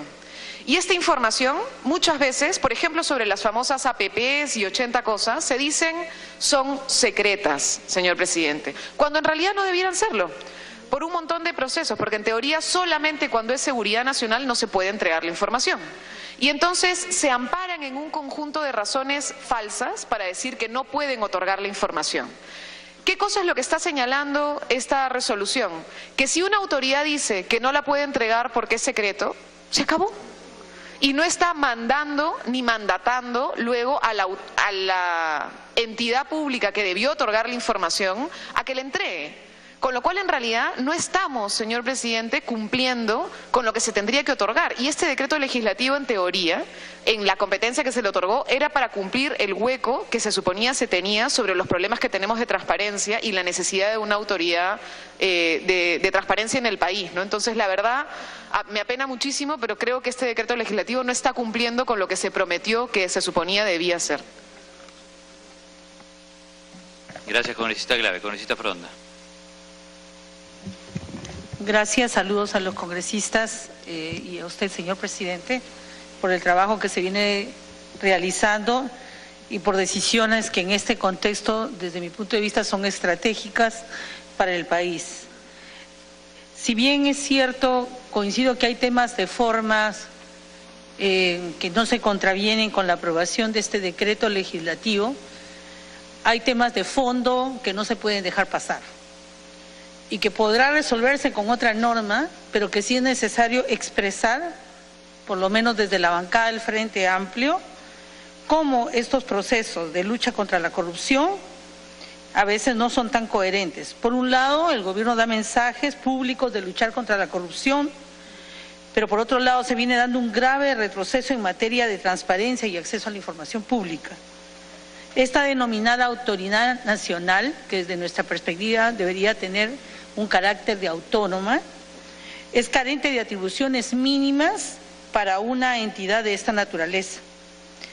No solamente menoscaba la institucionalidad de la transparencia y el acceso a la información, y por lo tanto genera un entorno que facilita la opacidad en los actos públicos, debilitándose así la lucha contra la corrupción que justamente quiere promoverse y que sea de una prioridad de carácter nacional. Crea una autoridad que no puede dejarnos sin efecto decisiones arbitrarias que las entidades públicas utilizan con absoluta frecuencia para calificar de reservada, confidencial y secreta. Pero además es al ser una oficina dentro del Ministerio de Justicia y no un organismo técnico especializado con autonomía para fiscalizar y sancionar a toda la administración pública, se le resta el nivel jerárquico necesario para su mejor funcionamiento. Permite además que las entidades públicas puedan fijar unilateralmente el plazo de respuesta a las solicitudes de la información pública, que son muy importantes para tomar decisiones y retroceden el cumplimiento de este derecho. Además, instaura un tribunal administrativo en paralelo a la autoridad, al anterior del Ministerio de Justicia, como instancia ministerial para resolver quejas por falta de acceso a la información pública. Ese tribunal tampoco va a contar con atribuciones para acceder a la información clasificada como reservada, confidencial o secreta por las entidades públicas y las restringe de este modo en la eficacia de sus funciones. Finalmente, nuestra opinión es que limita la labor sancionadora de este tribunal frente a quienes violan la ley, toda vez que únicamente se va a conocer casos en el momento que se hagan las apelaciones, cuando primero la propia entidad pública debería haber sancionado al funcionario que resulte responsable por delito de corrupción u otro tipo, y esto no estuviera satisfecho con esta decisión. Yo considero que nos hace falta una discusión mucho más amplia, más de fondo, no tan solo fijarnos en el mecanismo si cumple o no con rango constitucional, porque entiendo cuál es el mandato de esta comisión, pero también entiendo que resulta insuficiente. Por lo tanto, mi opinión personal, aunque yo no vote aquí, pero lo tengo que decir como congresista, es que pudiera por lo menos abstenerse en esta decisión. Requiere un tema de mayor análisis de fondo del contenido de esta propuesta, más allá de decir es constitucional o está en función o no a las atribuciones recaídas por este mandato que se ha dado a la comisión. Gracias, señor presidente. Muchas gracias, congresista Foronda. Congresista Ceballos. Sí, presidente, solo para ordenar el debate. Yo comparto plenamente lo observado por la congresista Foronda y la congresista Glave. Creo que tienen toda la razón. Creo que se pudo avanzar algo más, definitivamente, ¿no? Sin embargo, y usted ha advertido, cuanta reflexión ha sido necesario, de que tenemos una limitante normativa. Es conciliar con la Constitución o conciliar con la norma habilitante. No podemos incurrir en exceso ahí al fondo del tema. Es más, creo que está abierta la expectativa y nos sumaremos obviamente a ella. Cualquier iniciativa que se proponga en ese sentido, estaremos para apoyarla. Pero aquí hay una expresión que es bastante fuerte, ¿no? Y con toda la consideración a la congresista Foronda, dice, se ha retrocedido en la lucha contra la corrupción. No se ha retrocedido, sino que nos generamos demasiada expectativa en dar un salto mucho más alto, que lamentablemente la ley no la está recogiendo. Lo segundo, cuando se instituye la autoridad, no necesariamente pasa esto por la autonomía. En un primer paso es servir como ente articulador, coordinador. ¿Correcto? O sea, eso es lo que sigue. Ahora, hablemos de gradualidad. Mirando el escenario ajeno al decreto legislativo que está en discusión, obviamente es un avance, pero un avance insuficiente. El segundo paso y gravitante tenemos que darlo acá en el Parlamento y particularmente en esta comisión, y sumaremos todos los pareceres válidos que están exponiendo esta mañana ustedes. Lo segundo, presidente, en el tema ya de fondo, a las observaciones planteadas por la presidenta del grupo de trabajo, hay dos cuestiones. La primera es en el tema de la tipificación. Creo que ya tenemos una mecánica adoptada en otros decretos legislativos, ¿no? Es incorporar el 118, inciso 8. Sí, pero si usted revisa el informe del grupo de trabajo, no se hace mención al añadido. O sea, habría que corregirlo y espero que la Secretaría Técnica de la Comisión lo haga, ¿no? Eso lo superamos. Lo que no estamos muy de acuerdo es en la observación que se propone como derogatoria del artículo 8. cuando se dice debe excluirse la expresión la entidad está obligada a cumplir la decisión de la autoridad, no pudiendo acudir a la vía contenciosa administrativa para cuestionarla. Cuando dice la entidad se está refiriendo al tribunal. Y reitero, la entidad está obligada a cumplir la decisión de la autoridad, no pudiendo acudir a la vía contenciosa. Pero si justamente estamos enfocados en luchar contra la corrupción, obviamente estamos tratando de evitar cualquier dilación que la propia entidad pública pueda usar a través de los diversos recursos. O sea, lo que se trata de defender en esta ley es al justiciable, al ciudadano. Entonces estamos tratando de bloquear que la propia entidad que está siendo sujeta a impugnación ante el tribunal haga uso en demasía y en exceso de instrumentalizar procedimientos o recursos. Entonces me parece a nosotros sumamente pertinente esta observación. Y lo otro, solamente para precisar en lo enmarcado en este decreto legislativo, en su artículo 5 se habla con mucha claridad. Dice, ¿no? La clasificación y desclasificación de la información que se considere confidencial, secreta o reservada pasa por la autoridad. O sea, está regulado. De repente no en la dimensión que quisiéramos, pero ya está regulado. Y el artículo 8 también establece, ¿no? El tribunal puede confirmar, revocar o modificar en todos sus extremos la decisión adoptada por la entidad en el procedimiento administrativo sancionador. O sea, ya se le entrega una responsabilidad discrecional e impositiva al tribunal y está marcado en la ley. Es todo, presidente. Muchas gracias, congresista. Así como hago precisiones respecto a cuáles son los límites, me veo en la obligación de precisar que en este tema dimos facultades específicas. O sea, se señaló, se entregó facultades respecto a la lucha contra la corrupción a fin de crear la Autoridad Nacional de Transparencia y Acceso a la Información Pública. Entonces, sí llama la atención que no la hayan utilizado específicamente en esta oportunidad. Quiero llamar la atención de un tema adicional y por esto voy a sustentar la decisión que estamos tomando de mandarlo a cuarto intermedio, este decreto legislativo, porque hay un tema que no estamos reparando y que tampoco ha reparado el grupo de trabajo y que llama la atención, y es el tema relacionado a la denominada ley del lobby. De acuerdo a lo que estoy observando, acá hay una derogación de una serie de disposiciones relativas a la ley del lobby.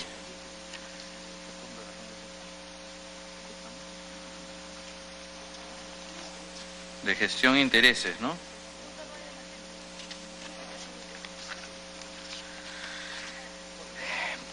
Encuentro un sustento en el... A ver, ¿por qué les llamo? ¿Por qué estoy sustentando que lo vamos a mandar al cuarto intermedio? Porque el artículo 8 está regulando clase de gestores de intereses. El literal E del artículo 10, que regulaba el deber de presentar informes semestrales sobre las actividades de gestión de intereses, se estaría derogando. Se está derogando el registro público de gestión de intereses. Se está derogando la obligación de los gestores de intereses. Y cuando hablamos de gestores de intereses estamos hablando de lobby, ¿no? Y en el buen sentido de la palabra, ¿no? Para realizar dichos actos de gestión, de inscribirse en el registro de gestión de intereses. Se está derogando el artículo 19 que regulaba las sanciones aplicables de los gestores de intereses. Y el sustento que están colocando es que debido a la alta tasa de incumplimiento de la norma sobre el registro de intereses, este mecanismo es ineficiente. En lo personal, y por eso me tomo la libertad de mandarlo a cuarto intermedio para que el equipo técnico revise el tema, no me parece que estemos ni en el momento ni en las condiciones de relajar temas relacionados a gestión de intereses o de lobbies. Vamos a pasar a ver otro. Tome nota, Secretaría, por favor, de la revisión que tenemos que hacer este decreto legislativo, y vamos a pasar a revisar otro decreto legislativo, el decreto legislativo 1242, el punto 17 en la agenda.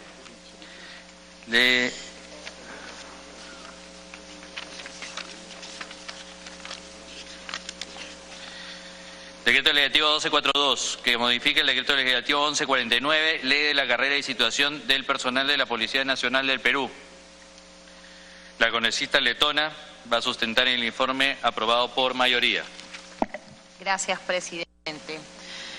Decreto Legislativo 1242 que modifica el Decreto Legislativo 1149, Ley de la Carrera y Situación del Personal de la Policía Nacional del Perú.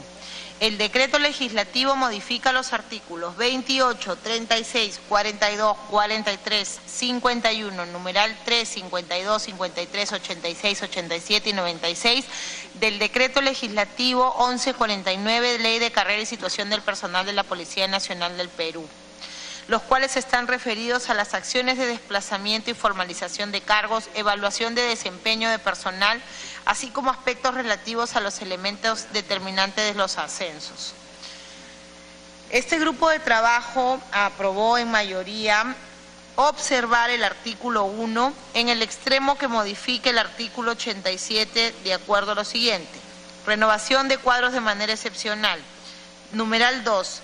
El Comando Institucional de la Policía Nacional del Perú, en consideración a las necesidades de la institución y en base a criterios de oportunidad y utilidad pública, podrá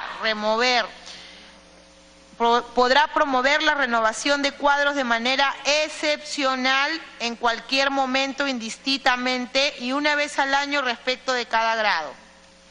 Como se puede advertir, el texto antes citado y de acuerdo a lo que señala la propia exposición de motivos del decreto legislativo, se trata de un supuesto de pase a retiro de manera excepcional que constituye un acto discrecional de la actividad estatal, lo cual contraviene expresamente diversas sentencias emitidas por el Tribunal Constitucional que señalan que a efectos de la discrecionalidad de la actuación estatal debe tenerse en cuenta y deben concurrir los siguientes requisitos. El ejercicio de potestades discrecionales, en primer lugar, tiene que estar establecido en una norma con rango de ley.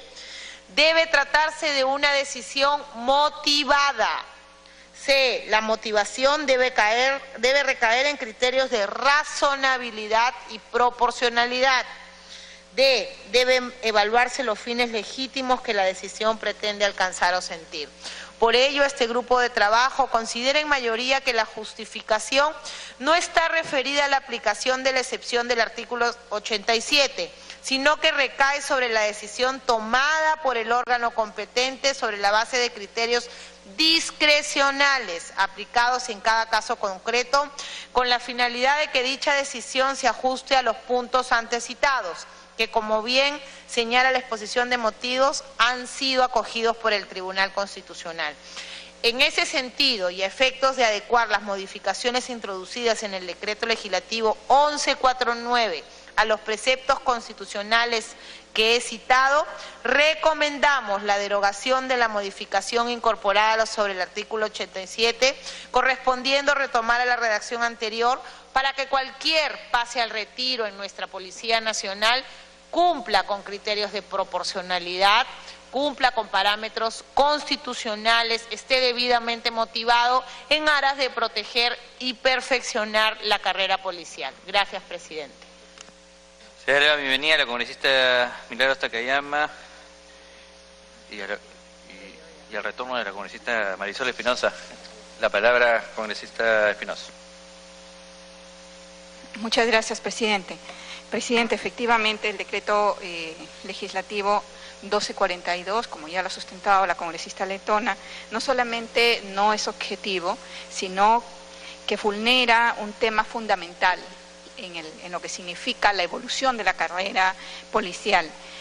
Pero lo que es más grave, señor presidente, es que vulnera el proyecto personal de vida. No olvidemos que los oficiales se van preparando, la policía, se van preparando, hacen estudios de maestría, realizan una serie de cursos, una serie de estudios superiores para llegar al grado superior. Sin embargo, al no tener la certeza sobre el pase a retiro y las causas, no solamente va a desmoralizar a los policías, ya está desmoralizándolos, sino que además les coloca en una situación en que cualquier momento se trunca su proyecto de vida, su proyecto personal de una carrera en la cual no es una carrera común, es una carrera en la cual ellos arriesgan su vida, la exponen al servicio del país, pero además, señor presidente, para cursos de perfeccionamiento pueden ser vacados o cesados en cualquier instante, lo cual no le da ningún criterio para seguir avanzando como persona o como profesional. Pero además, señor presidente, en el ámbito jurídico vulnera todo lo que significa el debido proceso. La norma inaplica el procedimiento regular y además citamos, señor presidente, una sentencia del Tribunal Constitucional, la sentencia recaída en el expediente 090-2004, en el cual señala que la renovación de cuadros no puede entenderse como una competencia cuyo ejercicio se sustraiga al control constitucional. Es decir, no puede estar fuera del control constitucional y, como ya se ha señalado en la sustentación, no puede ser materia discrecional. Y lo hemos visto, cada gobierno que sube lo anuncia como un gran logro, vamos a recortar, o sea, no puede hacerse de manera indiscriminada, ni tampoco esa evaluación debe realizarse en virtud de una regulación en la cual no esté conforme a la Constitución. Y también, por lo tanto, no sería legítima, no es legal, no es legítima, no es objetiva, vulnera el debido proceso. Y por eso también, señor presidente, hay que garantizar en esta Constitución, que lo viene haciendo, respetar el derecho no solamente de los policías, de cualquier carrera institucional, sino el respeto a las leyes establecidas en este momento, que es la Carta Magna. Y además el derecho al debido proceso. Otro proceso que estaría vulnerando sería la igualdad ante la ley, porque no todos tienen igualdad ante la ley, además algunos ni siquiera ha sido una decisión motivada, que es lo que obliga a la ley. Pero adicionalmente también, señor presidente, al no haber sido una decisión motivada entre el grupo que realmente algunos tenían que salir porque han cometido acciones indebidas, hay gente que se ha fajado por el país, ha luchado en el BRAEN, ha expuesto a su familia, se han expuesto ellos mismos y sin embargo ahora se encuentran fuera de la carrera. Por eso creo, señor presidente, que también tiene que ir por el respeto al honor y a la buena reputación. Creo que coincido con el informe del grupo presentado, pero destacar, señor presidente, que no se pueden repetir historias como estas en las cuales se vulnera el debido proceso y se deja en manos de la discrecionalidad decisiones que afectan la vida de los ciudadanos. Muchísimas gracias, presidente. Gracias, congresista. Congresista Letona. Gracias, presidente. Efectivamente, coincidir con la congresista Marisol Espinosa. Creo que el grupo de trabajo ha ponderado no solamente la constitucionalidad de la norma, sino un derecho fundamental que es el debido proceso, la necesidad de establecer decisiones motivadas. Pero nosotros hemos podido tomar conocimiento de esta situación y yo tengo que agradecer especialmente a dos congresistas, al general Marco Miyashiro y al general Octavio Salazar, quienes se han dado el trabajo de acompañar en cada ocasión a los gremios de la Policía Nacional que hoy nos acompañan acá en este hemiciclo y que han evidenciado situaciones concretas de evidente vulneración a sus derechos. Yo quiero agradecerles públicamente porque no solamente ellos han asistido a las reuniones, sino que sus asesores han participado en cada una de estas reuniones donde se han visto los casos de vulneración específica. De verdad, para ellos, mi reconocimiento. Muchas gracias. Gracias, congresista. Presidente, ¿me permite un agregado? Sí, congresista. Presidente, y señalar que efectivamente la bancada ha presentado un proyecto en el cual se considera el proyecto de vida, porque si lo miramos, esto va a solucionar en parte el problema, pero nos quedan los oficiales que recién se están formando y ya tienen sobre su cabeza esta espada de Damocles y que se pueda considerar durante el debate la inclusión de este proyecto para el debate. Muchísimas gracias. Gracias, congresista. Me ha pedido la palabra el congresista Miyashiro, de ahí el congresista Salazar, pero entiendo que hay una interrupción de parte del congresista Castro. ¿Le da la interrupción? Congresista Castro. Gracias, presidente. Gracias, general Miyashiro. En efecto, señor presidente, Esta es una norma, como ya lo ha señalado la presidenta del grupo de trabajo, que vulnera derechos fundamentales, como el derecho al trabajo. Y teniendo antecedentes respecto a la motivación, cuando existe la discrecionalidad para poder tomar decisiones y retirar del trabajo a alguien, que ha sido visto desde el punto de vista de la reposición de muchos jueces que en su momento fueron no repuestos o de alguna manera no ratificados por el Consejo Nacional de la Magistratura, que inclusive tuvo pronunciamiento de la Corte Interamericana de Derechos Humanos. Y esta mala experiencia hoy día se refleja en las medidas cautelares que ya tiene el Ministerio del Interior respecto a generales que han sido no renovados y que hoy están ordenando su reposición vía judicial. El desorden que se ha generado, que se ha causado, demuestra la actitud de un ministro que desde el momento que asumió el cargo lo hizo para tratar de meter la mano a esta institución que tenía mística. Desde el momento que asumió el cargo trató de desarticular a un grupo o una unidad especializada del Ministerio del Interior que desmotivó a los policías. Y en la última etapa del año 2016, cuando decidió pasar al retiro, con falta de motivación y sin sustento a muchos oficiales, que como bien ha manifestado la congresista Marisol, que pasa por el hecho de que si han llegado hasta el grado general ha sido consecuencia de un trabajo, de un esfuerzo, de haber expuesto su vida inclusive al servicio de nuestro país. Y esta derogatoria de este artículo no hace sino, de alguna manera, ordenar la actitud de un ministro que está dejando mucho que desear en las políticas de implementación sobre seguridad ciudadana. Entonces yo apoyo y respaldo el informe emitido por el grupo de trabajo, que debe ser derogado, evidentemente porque a todas luces es inconstitucional, conforme ya se ha pronunciado el Tribunal Constitucional en reiteradas jurisprudencias. Gracias.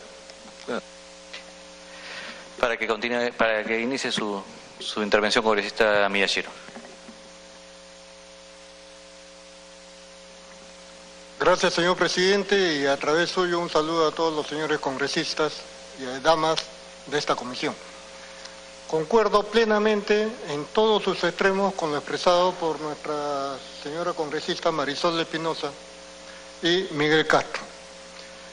Con relación al artículo 87 de este decreto legislativo, que según la Comisión de Trabajo lo están declarando inconstitucional para colocar una norma anterior a ella. Pero yo quería llamar la atención sobre otros articulados de este mismo decreto legislativo 1242. Me refiero al artículo 42. Habla o trata sobre la finalidad y señala: el ascenso tiene por finalidad que la Policía Nacional de Perú promueva al personal policial al grado inmediato superior en consideración a sus capacidades, conocimientos, habilidades y aptitudes, así como la evaluación objetiva de sus méritos y deméritos. Se concede única y exclusivamente en las formas que establece el presente decreto legislativo. Y lo que voy a llamar la atención es el siguiente párrafo.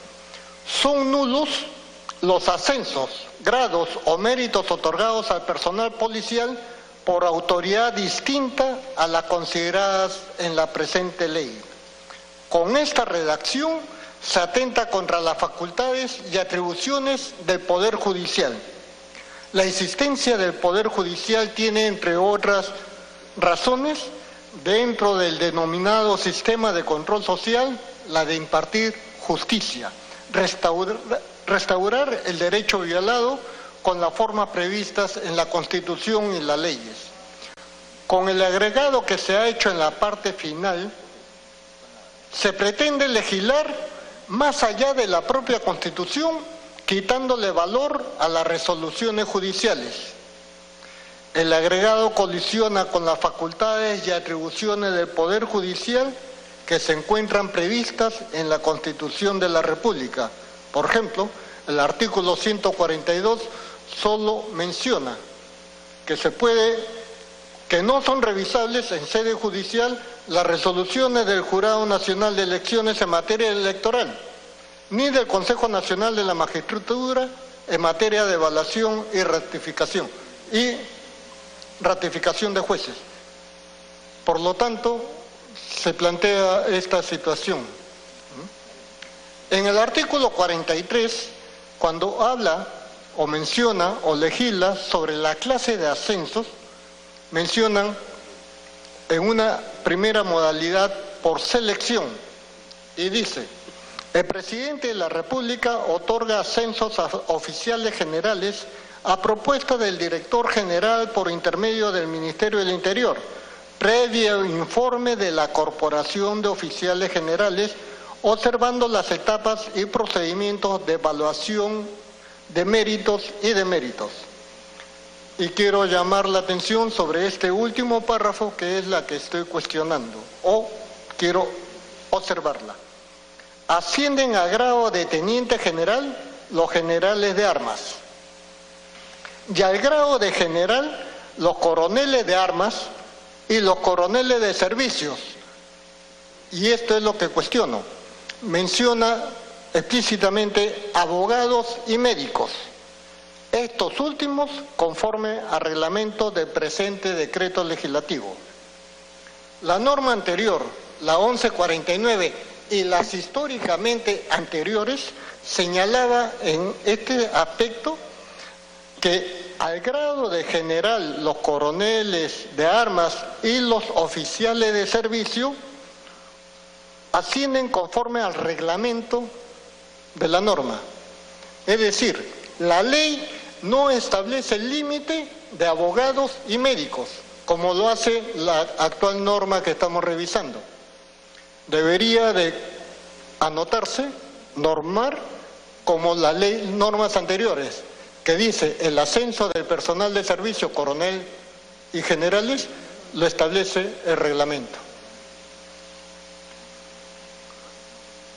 Esto porque se viola el artículo 2, numeral 2 de la Constitución, la igualdad ante la ley, porque están considerando a otros profesionales, coroneles, como economistas, contadores, sociólogos, como si fueran de segunda categoría. Por lo tanto, la sugerencia que estoy planteando es que se considere en esta norma, sin especificar, las profesiones de abogados y médicos, para que sea general para todos y que sea el reglamento de acuerdo a la coyuntura de los años que pudiera darse, la que lo norme. La segunda modalidad de ascenso, hablan por excepción, y dice: el personal de la Policía Nacional podrá ascender póstumamente al grado inmediato superior en acción de armas por hechos que van más allá del cumplimiento del deber. El grado es otorgado por resolución suprema, tratándose de ascenso a oficial general, y por resolución ministerial para los demás grados. Con relación a este artículo no tengo ninguna observación, pero sí quiero mencionar que en esta norma se ha omitido una causal excepcional que sí contemplan las normas anteriores, y es por acción distinguida. La norma anterior decía que por acción distinguida, o esta norma elimina la posibilidad de ascenso por acción distinguida, que estuvo prevista en normas anteriores, incluso la 1149, que es la anterior a esta, limitando el ascenso a título póstumo. De esta manera se niega la acción valerosa de muchos efectivos que durante el desempeño de su función ponen en peligro la vida, la integridad, la moral y el desarrollo dentro de su seno familiar, debilitando la moral profesional. Otra observación que quería hacer a la norma es con relación al examen obligatorio, que solo establece que el examen obligatorio es para el examen de conocimientos. Sin embargo, el artículo 175 de la Constitución menciona: solo las Fuerzas Armadas y la Policía Nacional pueden poseer y usar armas de guerra.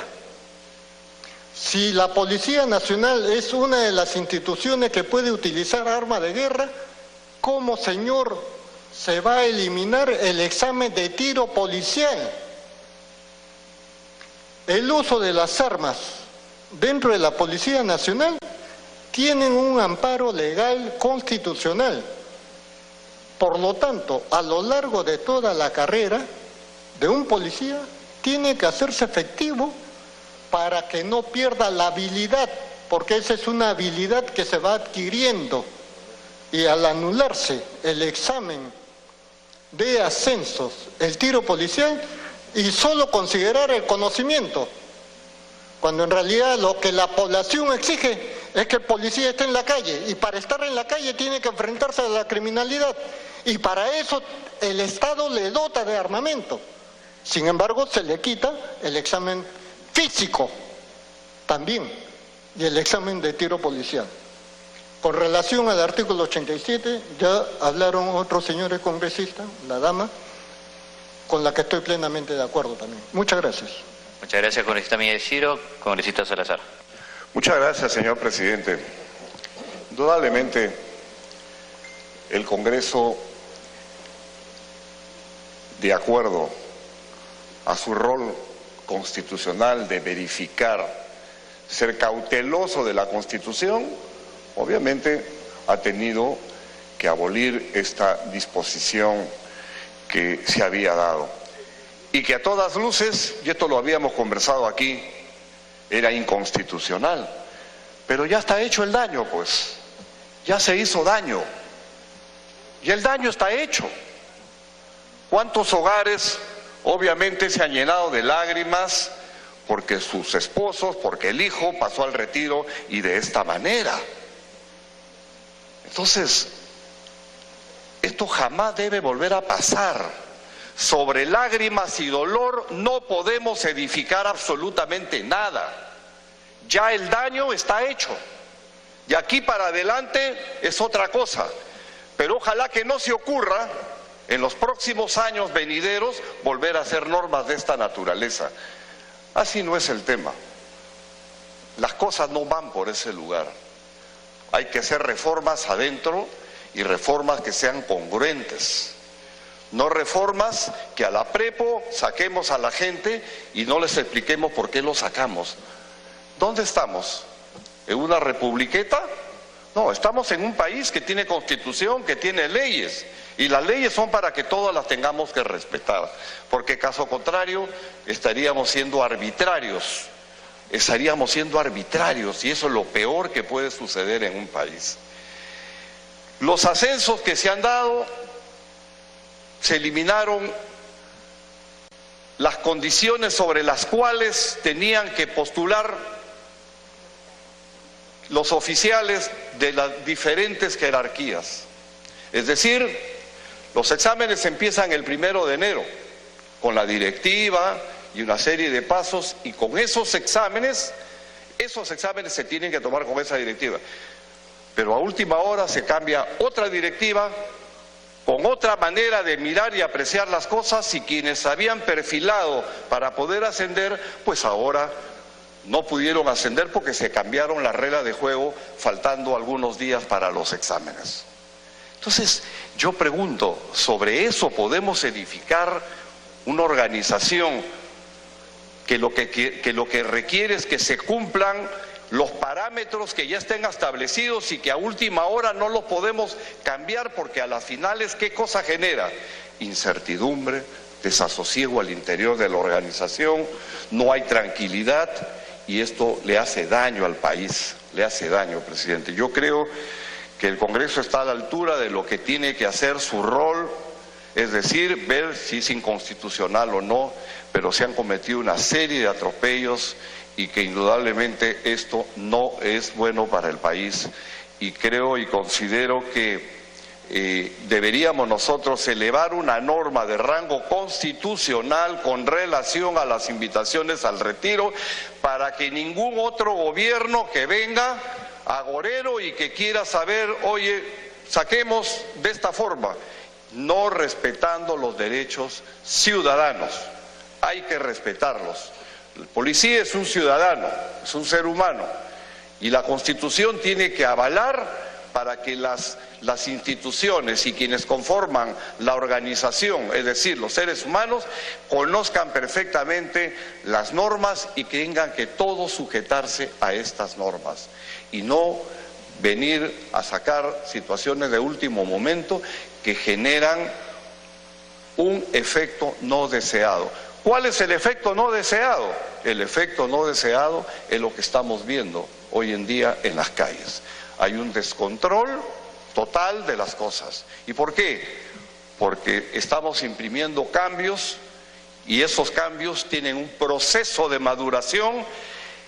La receta tiene que ser por partes la receta, para ir adecuando, ir viendo si las cosas que vamos implementando verdaderamente tengan una lógica y no tengamos ese efecto que hoy en día estamos apreciando. Esperemos, presidente, que este es un tema que no se vuelva a repetir jamás en el país. Yo voy a presentar un proyecto de modificación constitucional para que esto figure en la Constitución y ya no estemos todos los años con el mismo dolor y el mismo dolor de siempre. Una institución no puede tener, como se estaba preveyendo, 3 eventos de invitación al retiro al año. 3 eventos. Yo no sé en qué organización en el mundo podríamos nosotros ver que tiene 3 invitaciones al retiro en 365 días que tiene el año. ¿Qué causa eso? Inestabilidad. Inestabilidad. Creo que el Congreso ha dado un gran paso, presidente, y que esperemos que este capítulo lo cerremos por ahora, pero esperemos también que tengamos con una norma constitucional para que en el futuro esto jamás se vuelva a repetir. Me había pedido uso de la palabra el señor congresista Modesto Figueroa. Congresista Figueroa. Muchas gracias, señor congresista, y bajo la presidencia. Sí, realmente los ministros que pasaron, bueno, hablando del señor ministro Urresti, el famoso Urresti, ha hecho daño al país. Ha votado gente en carrera, lógicamente que también hay malos policías, ¿no? Eso no podemos esconder. Pero sin embargo, hay un problema que no estamos entendiendo. Toda vez que hacen ese tipo de, se le puede llamar ignorancias, por ejemplo, de abuso de autoridad, el Estado tiene que asumir a pagar. No puede ser, señor presidente.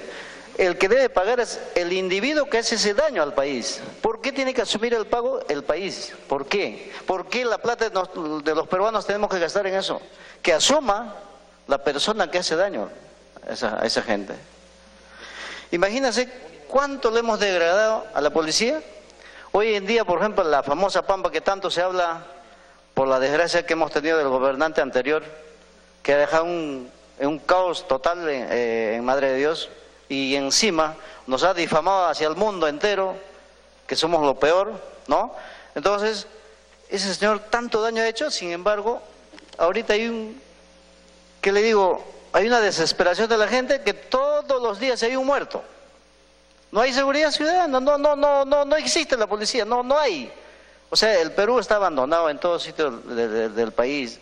Y esto yo pienso que también debemos de tener en cuenta, porque el que hace daño no es el Estado peruano. ¿Por qué se tiene que cobrar al Estado peruano? Es la persona que está encargado como ministro, como administrador, como sea, y es la persona que debe pagar. Nada más, señor. Muchas gracias, señor. Muchas gracias. Muchas gracias, señor presidente. Por mí estamos, creo, el Congreso devolviendo algo que era importante, la dignidad a la Policía Nacional. No se puede tratar de esa manera una institución que hace tanto por el país. El problema que vive el país de la inseguridad es un tema, 2/3 es social, y hay 1/3 que es el combate al crimen, y lo que hay que combatir con fuerza es el problema social que está al interior de nuestras casas. Ahí hay un problema. Entonces no se quiera echarle la culpa a la policía de todo cuanto sucede en un país donde tiene 2/3 de su problemática es un tema social. Muchas gracias, presidente. Muchas gracias, congresista. Congresista Miyashiro. Gracias, señor presidente. Y con relación al informe de la Comisión de Trabajo, yo pediría e insistiría ante las damas y señores congresistas que se observe las situaciones planteadas con relación al artículo 42, 43 y el 53, tal como lo he descrito anteriormente. Gracias. Para hacer una precisión, congresista Miyashiro, al margen de la observación, de la recomendación que puede haber efectuado el grupo de trabajo, esto no cierra la alternativa de hacer posteriores observaciones o incluso la presentación de proyectos de ley que se modifiquen. En ese sentido, de todas maneras vamos a correr traslado al equipo técnico para que haga la revisión y en todo caso en su momento se haga los ajustes correspondientes. ¿Alguna intervención adicional, congresista Lescano? Gracias, presidente. Nosotros estamos de acuerdo con la propuesta del grupo de trabajo, más aún si hay una anotación en este decreto legislativo, señor, en el artículo 86, que dice lo siguiente: la renovación de cuadros por proceso regular no constituye sanción administrativa. Es decir, cuando hay una renovación de los cuadros de la policía, del personal oficial de la policía, y lo sacan porque, bueno, hay que renovar cuadros, eso no constituye sanción de ningún tipo, y menos administrativo.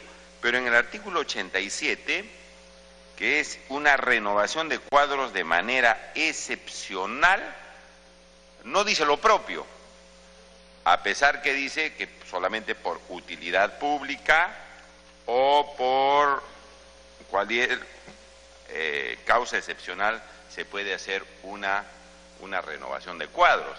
Ahí el oficial no ha cometido ningún tipo de sanción, pero ese tipo de renovación de cuadros excepcional no se incluye, no se consigna, que tampoco constituye una sanción administrativa, y si no lo pone, da a entender que se está haciendo por una especie de sanción.